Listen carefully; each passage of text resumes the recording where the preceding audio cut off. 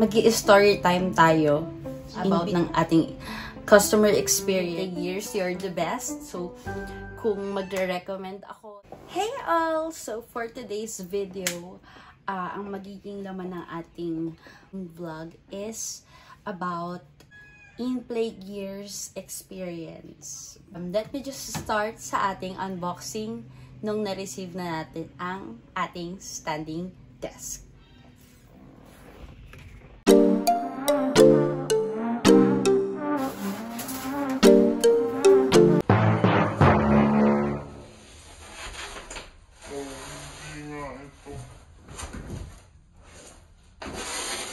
Pipinturahan ko na yung babarnisan ko nung varnish. Pipinturahan ko ng kulay white.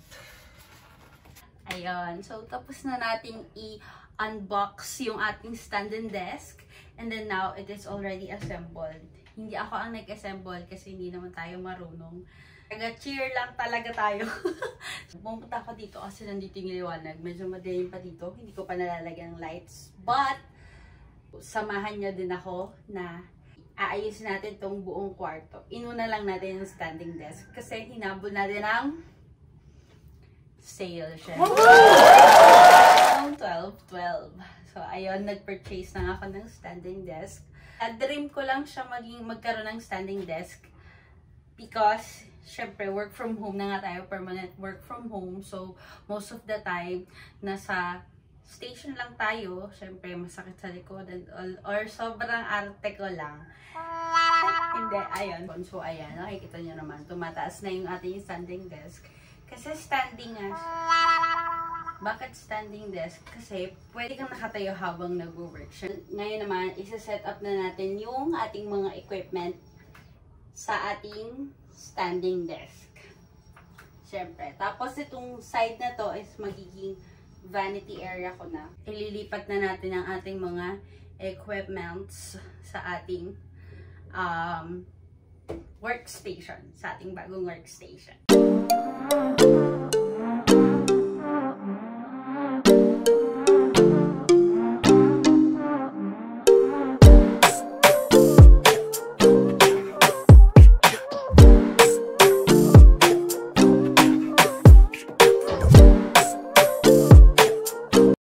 So yeah, we're done with our setup. So here, may mga dadagdag pa tayo dyan soon. So, until our next videos pa. So, what do we have here in our workstation? So, dito ay lalagyan na ng cup or yung ating mga tumbler. And then, here is yung ating pipindot-pindutin mo para magtaas baba. And this one is for the headset. And then, yeah, that's our setup currently ngayon. And then ngayon, next naman is aayusin natin ang ating vanity station. So, next!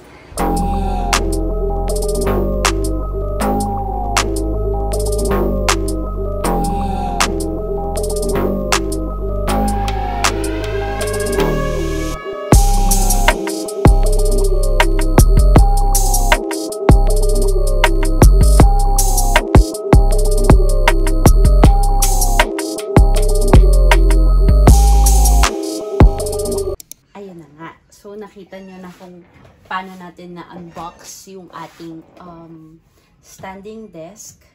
Na-frustrate ako because of the color na na-receive natin that day. I sent a message on their customer service saying na, ayun nga, I received a wrong color of the table.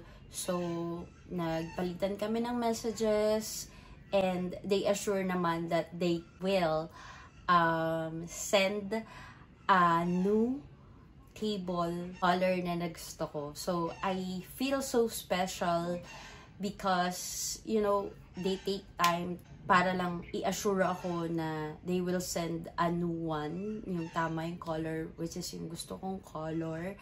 And kudos with your customer service and they pick up yung wrong color ng table and they sent same day ng tamang color. So, yun. Thank you so much. InPlay Gears, you're the best. So, recommend ako ng mga bibilhan ninyo ng mga standing desk or equipments. They also sell CPUs like that. Hindi ako masyado knowledgeable, pero visit their shop in TikTok.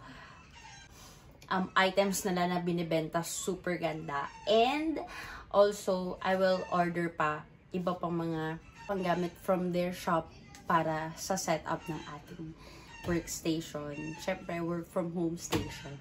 Ayun, so, pakita ko naman sa inyo yung day na na-receive na natin yung tamang color.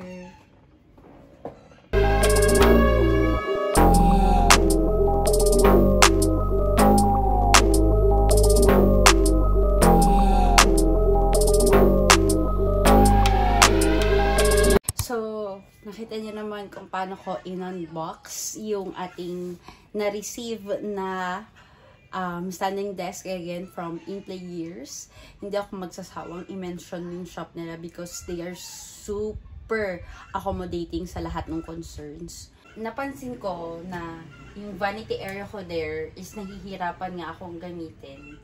So, tingnan natin kung ililipat natin to there and the vanity here para naka-letter L siya. And yeah, samahan niyo ako mag-ayos ng ating workstation and vanity area. So,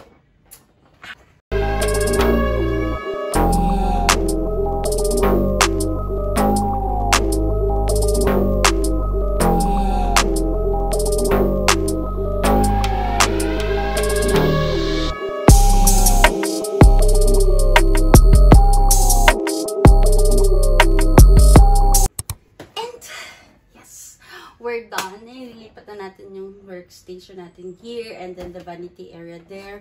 So, meron akong pinaplanong dito sa vanity area. Siguro next vlog na natin yun isasama. Parang i-redecorate or ayusin natin yung vanity area natin.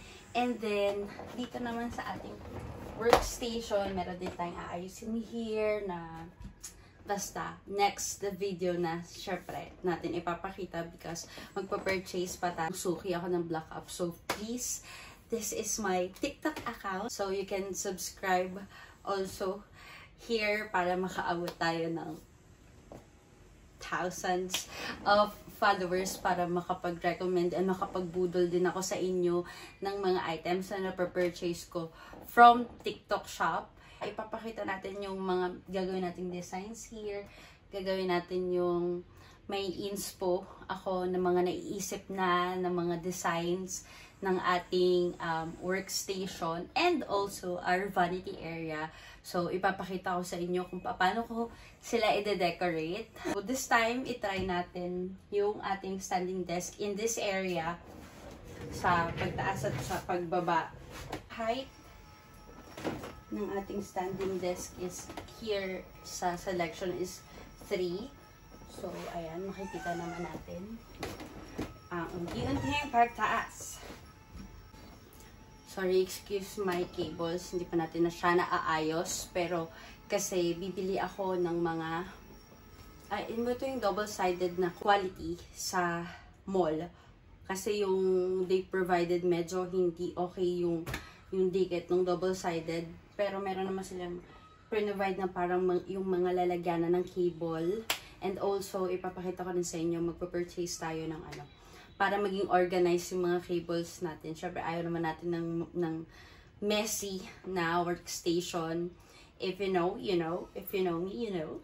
So, yeah, this is the maximum height of our standing desk. So, pwede tayong maka-work ng habang nakatayo. So, thank you so much InPlay Gears. Why ko siya pinapalitan? Because, syempre, ipipaint natin tong kwarto ng ganito yung ating theme. So, yeah, thank you so much for watching our vlog for today's video. I hope na nagustuhan nyo ang ating recommendations and reviews sa ating purchase sa InPlay Gears. So, if you want to purchase this kind of standing desk, ilalagay ko sa description box below yung link kung saan pwede kayong mag-purchase ng standing desk na to. So, yeah, thank you so much for watching. Please like and subscribe to our YouTube channel para dami pa tayong maging doodles and recommendations and marami pang mga videos na susunod aside from this one. So, thank you so much again. Please click the notification bell below para maging updated ka sa ating pang mga next videos. Thank you so much again. Have a nice day and